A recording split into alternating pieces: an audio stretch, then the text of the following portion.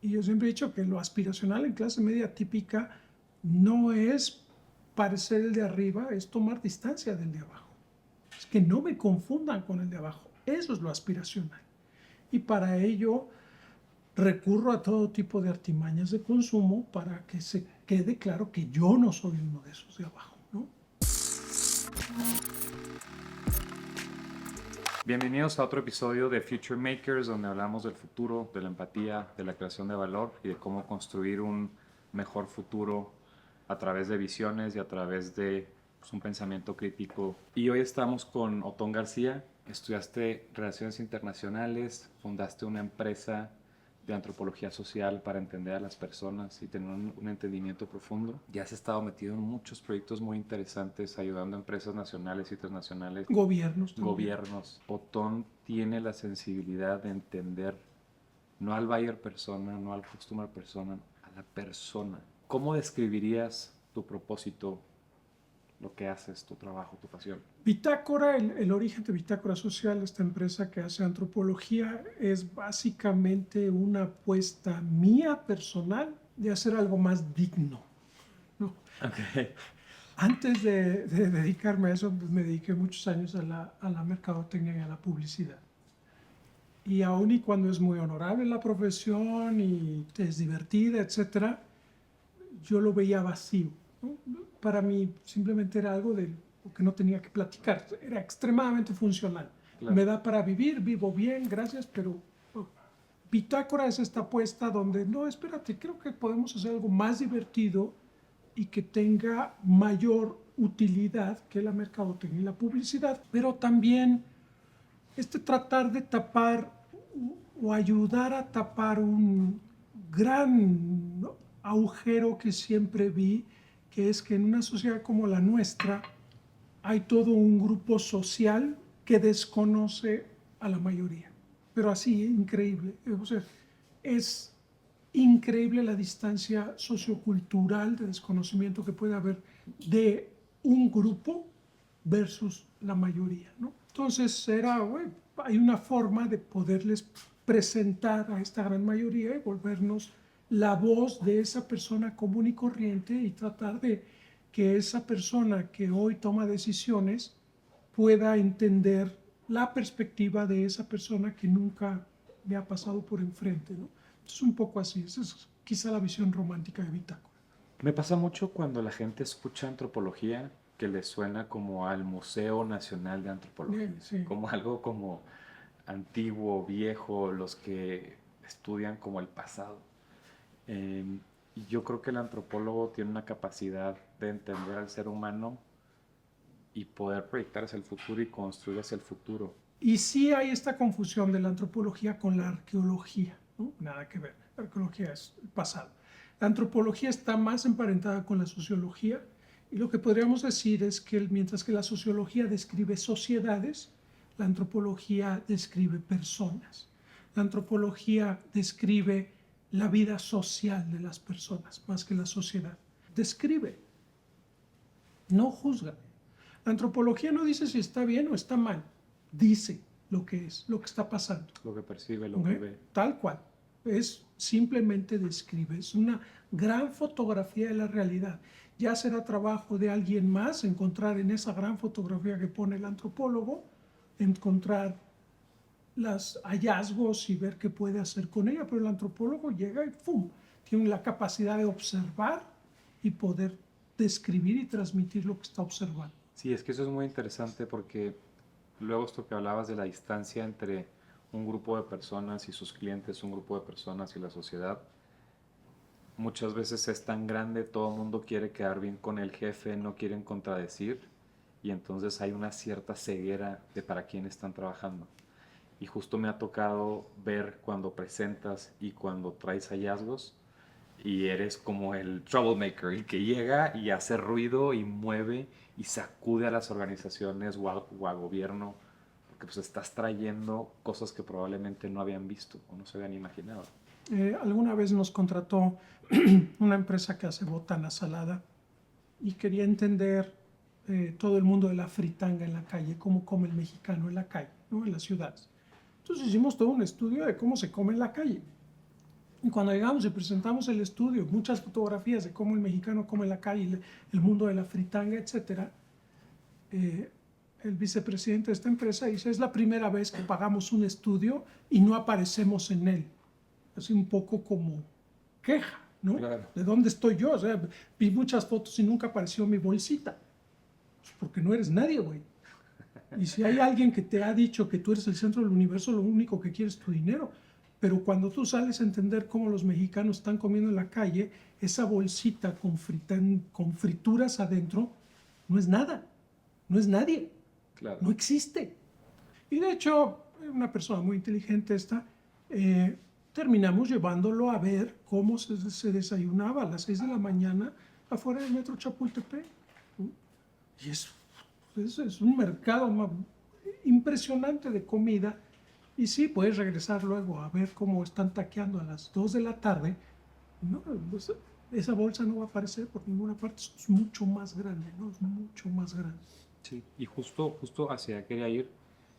Nos tocó que trabajamos juntos en un proyecto en común con un banco y en el proceso de inmersión fuimos con tu equipo a conocer a las familias y entramos a una casa y vimos la dinámica de una familia de Iztapalapa, muy interesante porque era extremadamente dinámica. O sea, en la mañana hacían desayunos y la gente pasaba y les vendían cosas y luego a mediodía daban comidas corridas y luego en la tarde daban clases de computación y luego en la noche era un centro de grupo de autoayuda para AA y para familias de Alanón y ves cosas que si no vas a ese lugar como hiciste con este cliente que lo llevaste a las 6 de la mañana, no entiendes eso. Por qué es importante este trabajo de pues, vivir con las personas, ir al campo y entenderlo desde ahí? Para poder generar empatía, si no tienes empatía y no tienes la capacidad de saberte poner en los pies del otro, uno, pecas de soberbia, ¿no? Dos, hay una cantidad de prejuicios sociales en una sociedad como la nuestra impresionante. Es pensar que aquel que no tiene lo que yo tengo no es digno de mi curiosidad, ¿no? Y está bien si eres una persona común y corriente, está bien que no te importen los demás, pero si vives de los demás porque les quieres vender algo, diablos, deberías de asomarte a ver cómo lo ven, ¿no? Pero lo encuentras a diario. Hay una gran desconexión, pero también hay mucha gente que cuando se da cuenta de esto lo acepta y abre los brazos y dice, perfecto, esto me ayuda a ser mejor comercialmente hablando, o mejor mercadólogo, o mejor desarrollar mejores productos. O sea, sí lo pueden ver como una herramienta de mejora en cualquiera de sus vertientes. ¿Cómo has visto tú que han ayudado a transformar a organizaciones o a gobiernos a través de esta empatía? Les das esta perspectiva que a lo mejor no hubieran tenido. Esta perspectiva de poder ver esta problemática o este consumo desde los ojos de la otra persona. Yo recuerdo durante la pandemia, eh, el banco con el que trabajamos juntos estaba muy preocupado y chin, no me van a pagar, ¿no? Ahora con todo este desmadre de la pandemia no me van a pagar, hay que sacar a mucha gente a que cobre, que no se nos vayan a ir. No, güey, si te van a pagar, hay una voluntad de pago.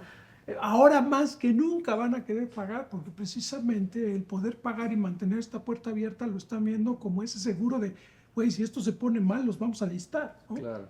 Entonces es poderle explicar a estas personas de, no, mira, déjate explico cómo funciona este código de confianza donde te va a pagar, pero porque no te quiere perder, porque sabe que te va a poder, a lo mejor te necesita, etcétera. Y entonces ya que lo ven, dicen, ah, ok, perfecto.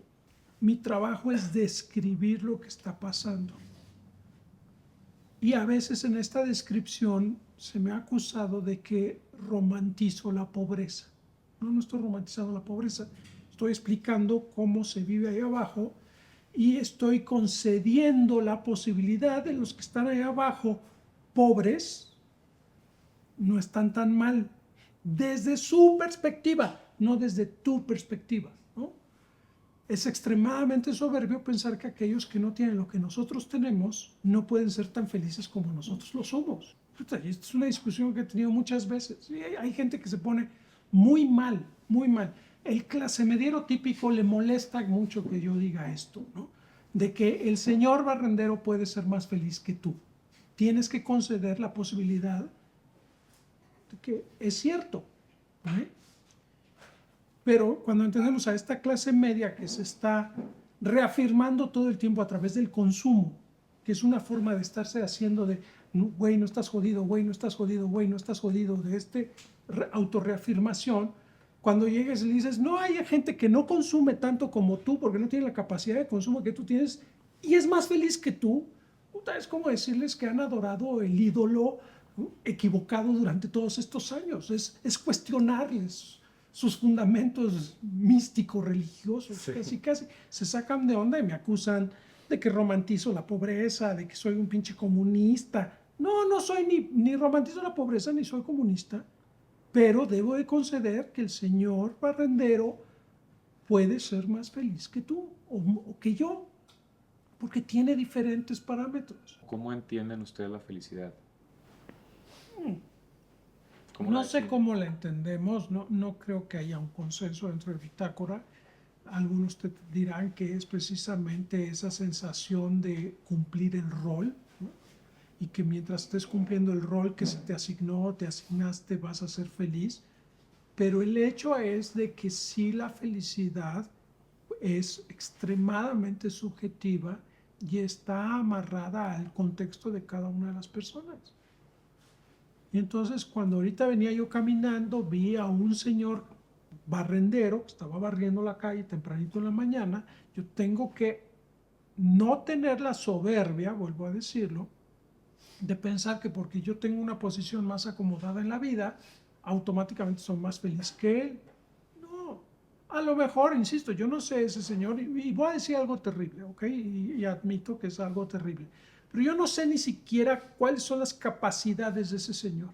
Y a lo mejor ese señor, hasta por una cuestión de alimentación de niño, no pudo desarrollar toda su capacidad. Y es una persona que tiene capacidades diferentes, más limitadas que las que yo tuve. ¿Ok?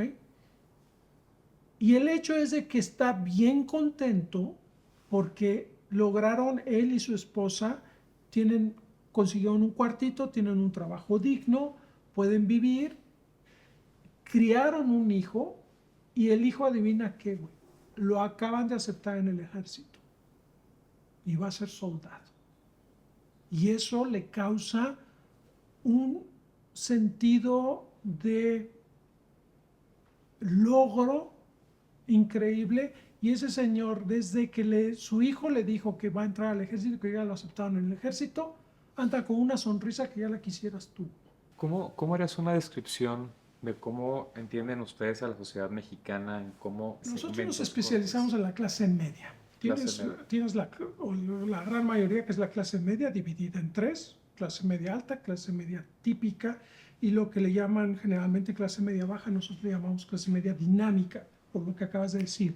Es una clase media que se tiene que estar en continuo movimiento, es extremadamente dinámica. Por arriba está la clase alta y por abajo está la clase baja, ¿no? Estos dos tienen un set de valores diferentes a la clase media. Lo que agrupa a la clase media más allá del ingreso son sus set de valores. El set de valores que tiene el señor taxista es el mismo set de valores que tiene el señor director de mercadotecnia de Procter & Gamble, a pesar de que el señor director de mercadotecnia de Procter & Gamble gana 40 veces más que el señor taxista, 40 o más, ¿no? Pero tienen el mismo set de valores, es lo que los hace clase media. En Bitácora Social nosotros nos concentramos en la clase media, principalmente en la mayoría, que es la clase media dinámica, que es la que todo mundo desconoce. Claro. ¿Cuál es ese set de valores que los agrupa y les da cohesión? Uno es la educación como gran vehículo de movilidad social. O sea, avanzar en la sociedad se hace a través de la educación. Si estás avanzando socialmente y no es a través de la educación, estás haciendo trampa. Ahora, la educación tanto formal como la educación doméstica. Las dos son muy importantes. Para un grupo, para la parte de arriba, la educación formal es la que pesa. En dónde estudiaste, a qué escuela vas, escuela privada, inglés y computadoras, diría la Bastida, ¿no? Ok. A otro nivel socioeconómico, la clase media dinámica trata de acceder a la mejor posibilidad que tenga de educación formal, de enseñanza, pero ahí también pesa la educación en casa. Y sí, vivimos en una sociedad donde ser bien educado, donde dar las gracias, pedir las cosas por favor, ser puntual, cumplir bien con los roles familiares, etcétera, pesa muchísimo. Y es parte de esos instrumentos que te dan para poderla hacer en la vida. Parte de esa gran educación que recibe la clase media dinámica de sus padres, que si me preguntas es el gran patrimonio, es hacerlos chambeadores. Que seas chambeador. Y chambeador entendiendo de la chamba como no tenerle miedo al trabajo, cualquiera que este sea. Todo trabajo es digno. No hay ningún problema que hoy me suba con mi primo a la pecera a ayudarle a cobrar y mañana consiga una chamba en la línea 4 de empaque de Bimbo. Las dos son buenas. Y luego mi otro primo me invitó a poner una taquería fuera del estadio y vamos a vender tacos. Bienvenido. Toda chamba es digna. Cuando estás más arriba y estudiaste y en dónde estudiaste y qué título tienes, etcétera, no todo trabajo es digno de ti, ¿no? Tienes una visión completamente diferente, pero todo es a través de la educación. Tienes otro valor que tenemos en común es nos cuesta trabajo o no queremos medirnos por los resultados. Entonces nos medimos por el esfuerzo que le ponemos a las cosas. Y sí, es una sociedad de échale ganas, ¿no? El esfuerzo es lo único que controlamos. Lo demás no lo podemos controlar. Vivimos en una sociedad llena de incertidumbre, completamente llena de incertidumbre, donde la señora Margarita no sabe si hoy, de regreso a su casa en la pecera, la van a volver a asaltar, por decir algo, o cosas peores, ¿no? O sea, no hay ninguna certidumbre. La única certidumbre que me queda es yo ponerle esfuerzo a las cosas. Y luego tenemos también todo el rollo de las tradiciones y el calendario de todo lo que pasa en el año y más o menos llevamos nuestras vidas desde el Halloween y Día del Muertos hasta la Navidad, hasta la Pascua, etcétera, y la importancia de los cumpleaños y los aniversarios. También tenemos como ese set común. Si me preguntas esos tres, educación, esfuerzo y este rollo del calendario, de cómo llevamos nuestras vidas, es como lo que nos une muchísimo, ¿no? Cuando te mueves, cuando te vas a clase baja, ahí esos valores ya no necesariamente permean, ¿Y ¿no? cuáles son? A ver, es muy interesante, por ejemplo, mientras que en clase media dinámica vas a tener a mamá dándole y tiene un trabajo y además vende hace tortas y además vende por catálogo y le está buscando y le está rascando y es una gran proveedora también. Cuando te vas a clase baja, te vas a dar cuenta que muchas veces mamá no trabaja porque papá no la deja, ¿no? Hay un set de valores completamente diferente que pasa por masculinidad, lo que tú quieras, ¿no? ¿Podría ser productiva esa señora? Sí, claro, podría ser productiva, pero no puede. Es un set de valores completamente diferentes. Y arriba, hasta arriba, el set de valores también es diferente. De repente viven, yo siempre hago la estúpida broma de que los de abajo viven en otro país y los de arriba viven en otro planeta, ¿no?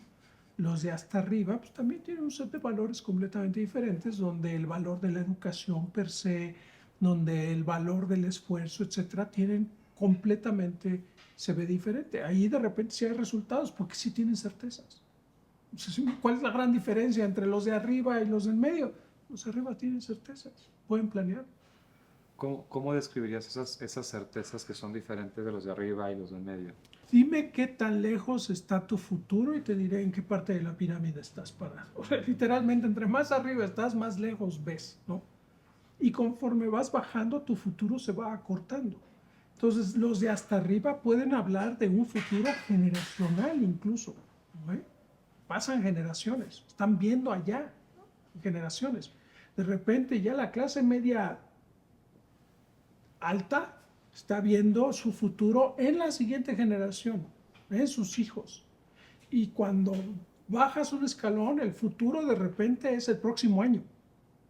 Y vas bajando, el futuro es el próximo mes. O el próximo día. O sea, el muchas próximo, veces. y conforme vas bajando es el próximo día, y si te vas hasta abajo es hoy en la noche. Y entonces es muy interesante cuando tú estás tu mercado porque vendes X producto que va dirigido a gente sencilla de clase media dinámica y les empiezas a hablar de tu futuro, no sé qué, pues, ¿de qué me estás hablando, güey? O sea, mi futuro ahorita es la planeación de los 15 años de mi hija, que es en octubre, y luego ya veremos, porque no tengo la certeza ni siquiera de si el puesto que tengo ahorita lo voy a poder tener el próximo sábado, porque si llegan unos gandallas y me piden derecho de piso donde yo ahorita me pongo, pues yo no les voy a poder pagar. No tengo certeza de nada, de nada. Recuerdo que en algún momento hablaban de esto que decías de la clase media, como la describiste, y que luego muchos valores de la clase alta y la clase baja llegan a parecerse a De nivel... clase media alta y clase media baja, sí. Clase media alta y clase media baja se parecen porque los dos están tranquilos donde están. No necesitan estarse reafirmando. ¿Ok? Clase media típica es la que sí siempre requiere esta reafirmación. Es la que tiene que estar consumiendo mucho y, como ya dije, la que se tiene que estar recordando que no está jodida. Esa es la que... Y por cierto, en este recordarse que no está jodida, es estar volteando hacia abajo para tomar distancia. Siempre tomando distancia de los de abajo. Siempre he dicho que este ser mítico, el naco vive en clase media típica como todo aquel que está por debajo en términos económicos, ¿no? Pinches nacos. Es despectivo, es pinches nacos los de abajo. En clase media alta el naco vive, pero el naco es aquel que le falta educación, sin importar qué carro traiga. Entonces de repente puede llegar la gran Suburban y se te mete para ganarte el lugar, es pinche naco. ¿Sí? Pero es naco de falta de educación, no tiene que ver, no está amarrado a dinero, ¿no? Entonces, hay una palabra que se usa mucho en mercadotecnia y publicidad que es lo aspiracional, ¿no? Tiene que ser aspiracional. Y yo siempre he dicho que lo aspiracional en clase media típica no es parecer el de arriba, es tomar distancia del de abajo. Es que no me confundan con el de abajo. Eso es lo aspiracional. Y para ello recurro a todo tipo de artimañas de consumo para que se quede claro que yo no soy uno de esos de abajo, ¿no? ¿Podrías profundizar en esta necesidad de reafirmarse y de distinguirse? O sea, ¿de dónde viene ese comportamiento o cómo No, lo ahí sí tendrías describirías? que preguntarle a alguien más, pero yo creo que sí tiene que ver con una inseguridad eh, social muy grande, o sea, es literal. Y quizá también tenga que ver con falta de certeza, de que no está garantizado que lo que tengo hoy lo voy a tener mañana. O sea, si la clase media típica vive endeudada, es una de las grandes características de la clase media típica, es la deuda, le cuesta, no gana tanto como lo que le gustaría ganar o para mantener el nivel de vida que le gustaría mantener, lo gasta todo en consumo, para ellos se endeuda, la tarjeta siempre hasta arriba, etcétera. Entonces, cuando de repente clase media típica pierde la chamba, es una crisis, ¿eh? Es una crisis enorme porque se dan cuenta que no tienen para 2 meses. O sea, no hay reservas. Claro. No hay reservas. Puta, traigo la tarjeta hasta arriba, estoy pagando el coche, estoy pagando la casa, estoy pagando la escuela privada de mis hijos porque no van a ir a una escuela pública porque no es digna de mis hijos. Puta, güey, y no tienes nada. Clase media baja, clase media dinámica, se queda sin chamba y al día siguiente está jalando en otra cosa, porque cualquier chamba es digna. Claro. Entonces, puta, se pone a hacer tortas, empieza a vender esto, sales, ayuda, está así. Y además tiene todo un grupo social que lo va a apoyar. ¿Y la media alta Tiene, qué pasa cuando pierde trabajo? tiene con qué. La media alta tiene bienes para cuando hay males. O sea, tiene no solo ya es dueña de su casa, a lo mejor tiene otro departamento que estaba rentando o tenía una casita, tiene una casa de fin de semana, o sea, tiene sus bienes, tiene sus inversiones, o sea, sí tiene. La gran pregunta que es bien interesante es, si mañana pierdes tu capacidad de ingreso, ¿cuánto dinero tienes para vivir como vives hoy, ¿no? Hasta dónde llegas. ¿Cuánto tiempo tienes? Sí, para seguir viviendo con la misma calidad de vida. Y te vas a dar cuenta que clase media típica vive al día, si no al día, a los pocos meses. O sea, a los pocos meses. Y que además en caso de crisis le va a costar mucho trabajo deshacerse de esas cosas que son las que le generan ese confort social. Siempre uso el estúpido ejemplo del Mini Cooper, ¿no? Del güey que se mete en líos, pierde la chamba, tiene su Mini Cooper y anda pidiendo prestado a sus cuates. Y alguien le dice, güey, vende tu Mini Cooper, cómprate un Tsuru, ¿no? No, pues es como aventar la toalla, ¿no? Es como aventar la toalla. No lo va a soltar. Hablan mucho del tema de las redes de apoyo, las redes familiares, redes de amigos. ¿Cómo es el rol de la familia A en ver, las redes extendidas? la familia lo es todo y también es uno de los valores que cruza todo. La familia lo es todo, ¿no? Lo que pasa es que el soporte que la familia te va a dar es diferente cuando las cosas se ponen mal. Clase media dinámica, la familia es grande, la familia es extensa, la familia es, los compadres son parte de la familia, los vecinos son parte de la familia. La familia clase media típica sí está presente, pero en caso de broncas, ellos tampoco no tienen mucho a dónde correr. Entonces el soporte que te van a dar es más moral que otra cosa, pero no, tampoco no tienen grandes reservas atrás. O sea, sí, la clase media típica vive con el Jesús en la boca, de que esto no se lo lleve patas de cabra, de que no pierda la chamba y que tenga un poquito más de certeza. Vive con el Jesús en la boca. Sí, sí es una posición muy vulnerable la de ellos. Este tema que hablabas de la empatía y de pues, que se puedan ver en el otro los proyectos que has hecho con gobierno, ¿cómo los has ayudado, o sea, cómo los has ayudado para empatizar o A qué ver, proyectos te suenan? con gobierno hemos hecho muchas cosas. Nos han pedido desentender embarazo infantil en zonas rurales, hasta hemos tratado de ayudar, nos han pedido varios candidatos a diferentes niveles, incluso a nivel presidencial, que les expliquemos algunas dinámicas sociales. Alguna vez estuve con el secretario de Gobernación de hace 2 sexenios y nos pidió entender algunos temas de agenda nacional. Y yo lo que le dije en su momento es, no estoy de acuerdo con muchas de las cosas que ustedes están haciendo, pero tengo que asumir, y aquí es la parte cínica, romántica o inocente, que no están tomando las decisiones correctas porque no tienen la información correcta. Entonces, lo que nosotros podamos aportar de mejor información, adelante lo ponemos con la esperanza de que ahora tomen mejores decisiones. Y eso es parte de lo que hace Bitácora Social cuando nos buscan políticos o gobiernos. Damos la información que tenemos exactamente la misma para el que la pida. No hay partido.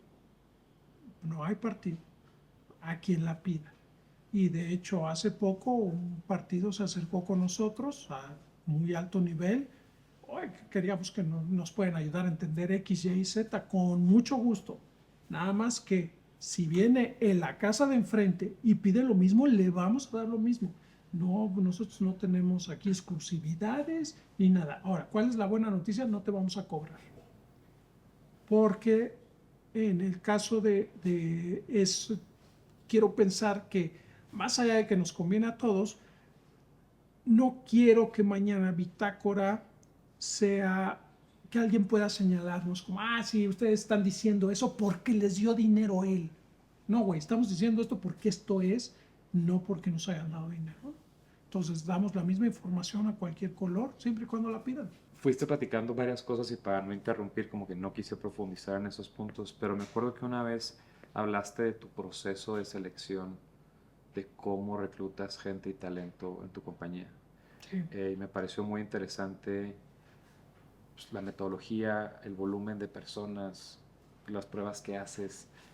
Sí, a ver, a veces yo digo que yo estoy en el negocio de la gente inteligente. ¿Cuál es el secreto de Bitácora? Creo que Bitácora, estoy muy orgulloso de Bitácora, creo que Bitácora Social tiene un pedigrí impresionante allá afuera. Bitácora tiene una credibilidad increíble. Y parte de lo que hace a Bitácora es la gente que está en Bitácora y que sí cuesta mucho trabajo.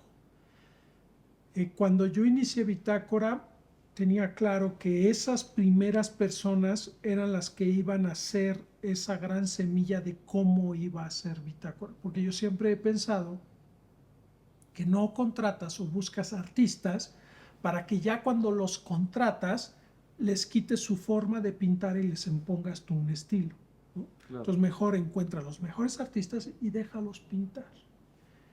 Entonces Bitácora empezó buscando a los 5 chavos o chavas más brillantes que pudiésemos encontrar a nivel nacional.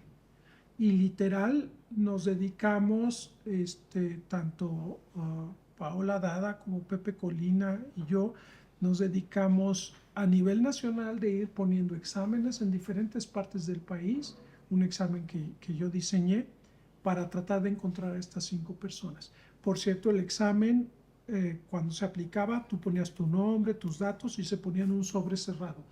Es decir, que cuando nosotros leíamos los exámenes, no sabíamos quién lo había contestado para que no hubiera ningún sesgo. Y literal nos fuimos a través del país, rentábamos salones, los invitábamos a desayunar y llegaban los chavos y presentaron cientos de exámenes. Nosotros estábamos buscando 5 personas nada más.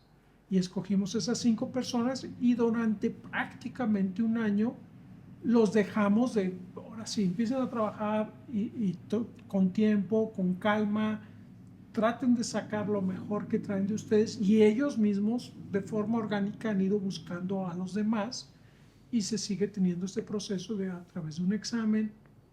Si pasas el examen, entonces te queremos conocer y básicamente todos tienen que estar de acuerdo en que sí puedes ser parte de la familia Bitácora Social para que puedas entrar. El examen lo pasa aproximadamente como 7% de los que aplican pasan el examen. Por cierto, es un examen al que no puedes estudiar. Entonces, el examen busca gente curiosa. El examen busca gente que sabe cosas que no tendría por qué saberlas y sin embargo las sabe. Esa es la gente que yo ando buscando. Entonces, siempre pongo un ejemplo de que hay, por ejemplo, una de las preguntas del examen tiene el cuadro de las Meninas de Velázquez. Sí. Y lo único que dice es, ¿qué sabes de esta imagen? Y puedes tener a un güey de la náhuac, para irme al lugar común, de la náhuac, que por cierto ha ido a España 8 veces en su vida, ¿no? Y conoce muy bien y compra su ropa en El Ganso, ¿no? Sí, sí, sí. Y que no tienen idea de qué pintura es esa. Entonces simplemente no sé, te pone no sé. Y puedes tener a un güey, caso real, que estudió en la Autónoma de Hidalgo, que se tuvo que ir a vivir con una tía a Pachuca para poder entrar a la universidad, que nunca ha salido de Hidalgo, que nunca ha salido de México, y que te dice, son las Meninas de Velázquez, están en el Museo del Prado en Madrid. Esta pintura revolucionó y te platica todo. Y dices, puta, yo quiero seguir hablando con ese güey, porque sabe cosas que no debería saber y sin embargo las sabe. ¿Y alguna otra pregunta que no esté relacionada con el arte? O sea, ¿algún otro ejemplo? No, hay de todo. El examen tiene 75 preguntas, de las cuales yo leo 5. Y si esas 5 me parece que vale la pena seguir viendo, entonces ya paso el examen a lectura para que todo el mundo lo vea. Una es, es una familia en Chapultepec que está comiendo en una mesita de picnic, y está una familia típica, sí, con el señor grande, etc. La familia clase media que ves en Chapultepec domingo, está comiendo y igual. ¿Qué ves aquí? Y es esa descripción que se hace de esa imagen lo que me llama la atención. Y que va de todo, desde alguien que simplemente te pones una familia comiendo en un parque. ¡Pum! ¿No? Ese güey, qué hueva. Y tienes otro, una respuesta real, dice, es una familia de clase media baja que está disfrutando su fin de semana después de una semana de mucho trabajo. Puntos. Son los Sánchez, son mis vecinos. Y boom, se suelta describiendo a sus vecinos los Sánchez, ¿no? Con toda esta fantasía. Es puta, yo quiero seguir platicando con esta persona. Claro. Otra de las preguntas es, y esta te la dejo, no está fácil contestarla, elabora un índice de tu autobiografía. ¿Cuál sería el índice de tu autobiografía? Y obviamente yo trato de evitar a la gente que me pone infancia, adultez, ¿no? No, es ver cómo puedes percibirte a ti mismo para poner ese índice. Una persona que trabajó con nosotros y que sigue siendo una persona muy querida por mí, era capítulo 1, advertencia. Puta, pues yo quiero seguir hablando. No, cualquier persona que le dices cuál es tu índice de autobiografía y dice capítulo 1, advertencia, puta, yo quiero seguir platicando con esta persona. Claro. Otra de las preguntas que hago son 10 cuadritos en blanco y lo que te digo es, piensa en tu película favorita e imagina que estos son 10 charts de PowerPoint. Entonces, imagínate, a mí me parece bien interesante porque es la capacidad de síntesis y análisis que puede tener alguien. Imagínate, no sé, digamos que tu película favorita es Pulp Fiction. Ajá. ¿Cómo bajas Pulp Fiction a 10 charts de PowerPoint? Sí, ¿Qué claro. pones? Claro. ¿Qué no pones? ¿No? Otra pregunta que yo checo. Y es con imágenes o texto. O con imágenes o texto. Algunos te hacen un dibujito, otros te ponen texto, pero son 10, solo tienen 10 cuadritos para transmitir esa película. ¿Cuál es la película? Y échame 10 charts. Otra pregunta que yo checo es, recomiéndame un libro. Y me gusta ver qué recomienda. Y otra pregunta, curiosamente, que checo, son preguntas muy sencillas. Una es, ¿cuál es tu mejor insulto? ¿Y cuál es tu villano favorito? ¿Cuál es tu mejor insulto? ¿El mío? Sí, el tuyo. Fíjate, no sabría. Yo creo que es ignorante por decisión propia. Sí. La gente que es ignorante por decisión propia es un ignorante por decisión propia. O sea, es alguien que decidió ser ignorante. Eso es para mí, quizá, mi mejor insulto. ¿Podrías profundizar en por qué la curiosidad es importante y por qué haces toda esta filtración, todo este examen y proceso para encontrar a puros curiosos? Porque si no son curiosos, no van a poder ver todo lo que el antropólogo pone en la mesa. Es un poco, la curiosidad para lo que hacemos es necesaria. Es como si tu dentista no es un obsesivo compulsivo, puta, debe ser un muy mal dentista, ¿no? Un buen dentista tiene que ser un obsesivo porque tiene que buscar la perfección, tiene que ser perfecto, porque un par de micras lo vas a sentir, güey. Claro. Entonces tiene que ser perfecto. Así como los dentistas tienen que ser obsesivos, acá, si quieres trabajar en Bitácora, tienes que ser curioso. Tiene que ser natural en ti. ¿Quieres saber por qué? ¿Y por qué? ¿Por qué es eso? ¿Y por qué? ¿Y por qué? Y que todo te llame la atención. ¿Por qué?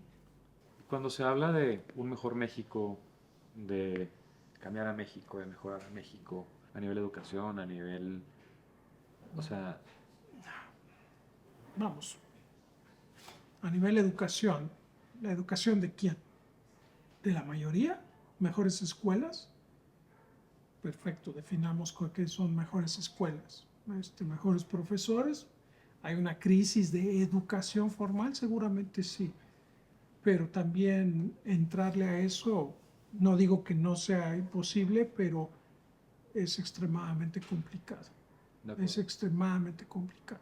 Te diría que hoy la verdadera crisis de la educación es que cada vez cuesta más trabajo transmitirle a una generación de que vale la pena pasar por la escuela.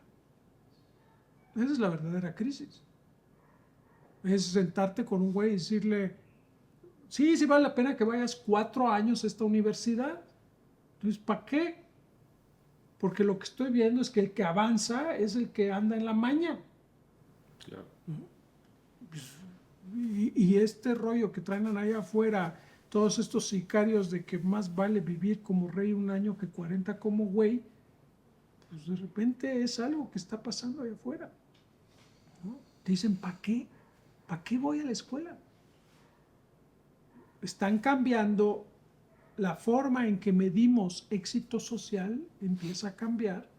No, el éxito social sigue ahí, ¿no? La importancia del éxito social, ese código no cambia, ¿no? La Pero manifestación como y el esa ritual. manifestación de éxito social empieza a cambiar y de repente, puta, hay zonas en este país donde hoy pesa más tener en tu casa un cuerno de chivo que tener el diploma de ingeniero del Poli, ¿no? Y hubo unas generaciones atrás donde tener ese diploma era de no mames, you are going places, ¿no? Hoy llega el güey con su pinche pistolón y el cuerno de chivo que ya consiguió, he's going places. Es una realidad. ¿Cómo se construye el futuro? ¿Qué es el futuro? Pues ya lo dije, depende de dónde estés, hablemos de futuro o no. La discusión filosófica será si hay una construcción de futuro, si hay un plan, o simplemente las cosas suceden y reaccionamos a ellas, ¿no? Y no construyo mi futuro, construyo mi capacidad de reacción a lo que suceda. Hay una estupidez en mi tesis, durante el desarrollo de mi tesis, que sí es otro principio de vida que he seguido. Y es que me topé una estadística de cuántos barcos fueron hundidos en la Segunda Guerra Mundial. Y se hundieron más de 6,000 barcos, no recuerdo el número, 6,780 barcos se hundieron en la Segunda Guerra Mundial.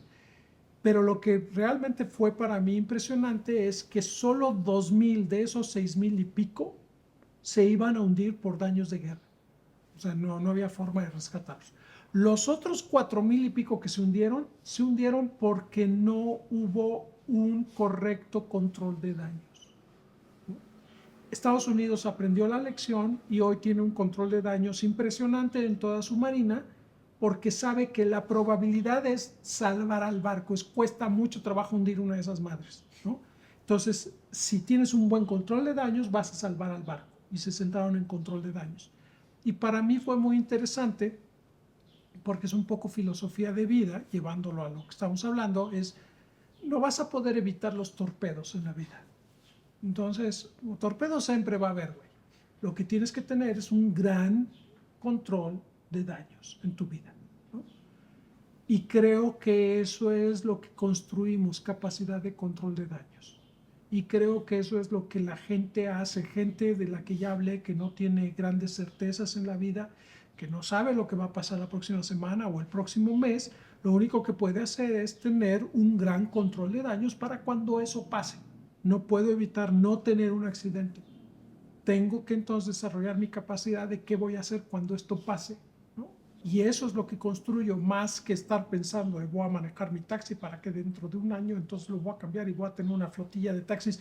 Eso me parece que la mayoría de los mexicanos no tiene esa capacidad de construcción de futuro. Es terrible lo que estás diciendo. Sí, pero lo estoy convencido de ello. Y en lo que hablabas de estas diferentes escalas y de visión de futuro, cuando hay más certezas, hay posibilidad de planeación y creación de futuro. Sí. ¿Cómo cambia? Sí, creo que hay un sector en la población que a lo mejor sí puede estar pensando en cambiar ese futuro, en ser un motor de cambio en ese potencial futuro. La cosa es ver en qué, cómo y qué tanta posibilidad de cambio puede o no ejercer, ¿no? La satisfacción que a él le crea, y por cierto, el nivel de cambio que él te va a poder dar, que te va a poder decir, no, pero es que estamos creando todos estos empleos y entonces va a generar esta riqueza en esta zona donde no estaba, y son argumentos completamente válidos, llevadas al señor barrendero, no, pero mi hijo va a estar en una institución en la que todo el mundo confía y va a generar un cambio también él, ¿no? Y lo que hay que entender es que el cambio que el señor barrendero y su hijo en el ejército puede proporcionar, su potencial de cambio, está al máximo de lo que él puede aportar versus el máximo que lo que tu cuate puede aportar. Y que el hecho que este señor solo puede aportar un hijo en el ejército no lo hace menos, porque es su máximo potencial de cambio. Lo que es muy triste es encontrar a ese cuate que tú tienes, que tiene un potencial de cambio enorme y no lo ejerce, ¿no? Y en eso el señor barrendero es mejor que tu cuate. Y es lo único que yo digo, es entendamos cuál es el potencial de cambio de cada uno. Y algunos solo tienen un granito de arena que aportar y algunos tienen mucho y no lo hacen. Pero ¿hay control sobre ese cambio? Sí, de acuerdo. No creo.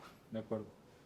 ¿Cuál sería tu granito de arena o cuál sería tu potencial de cambio o estás metido en ese, te interesa lo que lo Mi piensas? potencial de cambio es de que a partir de esta plática, la próxima vez que veas a un señor barrendero, tú lo veas con otros ojos.